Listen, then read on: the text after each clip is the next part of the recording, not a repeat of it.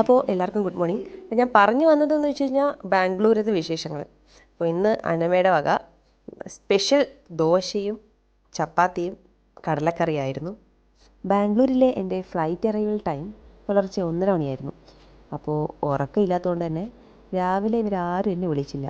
ഞാൻ നല്ല ഉറക്കത്തിലായിരുന്നു. ബ്രേക്ക്ഫാസ്റ്റൊക്കെ ഉണ്ടാക്കി ടേബിളിൽ കൊണ്ട് വെച്ച ശേഷമാണ് അന്നമ്മ, അതായത് എൻ്റെ നാത്തൂൻ, വന്നെന്നെ വിളിക്കുന്നത്. അപ്പോഴേക്ക് മോനും അവൻ്റെ കടയിൽ പോയി അത്യാവശ്യം കാര്യങ്ങളൊക്കെ സെറ്റ് ചെയ്ത് ഒരുമിച്ച് എല്ലാവർക്കും കൂടെ ഇരുന്ന് ഫുഡ് കഴിക്കാമെന്ന് പറഞ്ഞിട്ട് വന്നിട്ടുണ്ടായിരുന്നു. അങ്ങനെ ഞാനും അനിയനും അനിയത്തിയും നാത്തൂനും എല്ലാവരും കൂടെ ബ്രേക്ക്ഫാസ്റ്റ് അങ്ങ് ഉഷാറാക്കി.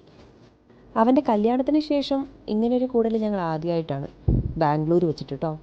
പാലക്കാടും നാട്ടിലുമായിട്ട് കൂടിയിട്ടുണ്ടെങ്കിലും ഇതുപോലെ ഞങ്ങൾ മാത്രമായിട്ടുള്ള ഒരിടം ഇപ്പോഴാണ് അതിനുള്ള ഒരു അവസരം കിട്ടിയത്. ജോലി തിരക്കുകൾക്കിടയിൽ കിട്ടുന്ന ഇങ്ങനെയുള്ള ചില ഒത്തുകൂടലുകൾ ഞങ്ങൾ ഒരുപാട് ആസ്വദിക്കാറുണ്ട് കേട്ടോ. ഞങ്ങളുടെ മൂവർ സംഘത്തിനിടയിൽ ഇപ്പോൾ DK അന്നമ്മയും കൂടെ വന്നപ്പോൾ അതൊന്നും കൂടെ ഭംഗിയായെന്ന് വേണം പറയാം. അല്ലെങ്കിലും ലൈഫിൽ സെയിം വൈബിളുള്ള ആൾക്കാരെ തന്നെ കൂട്ടിന് കിട്ടുക എന്ന് പറയുന്നത് ഒരു ഭാഗ്യം തന്നെയാണല്ലോ.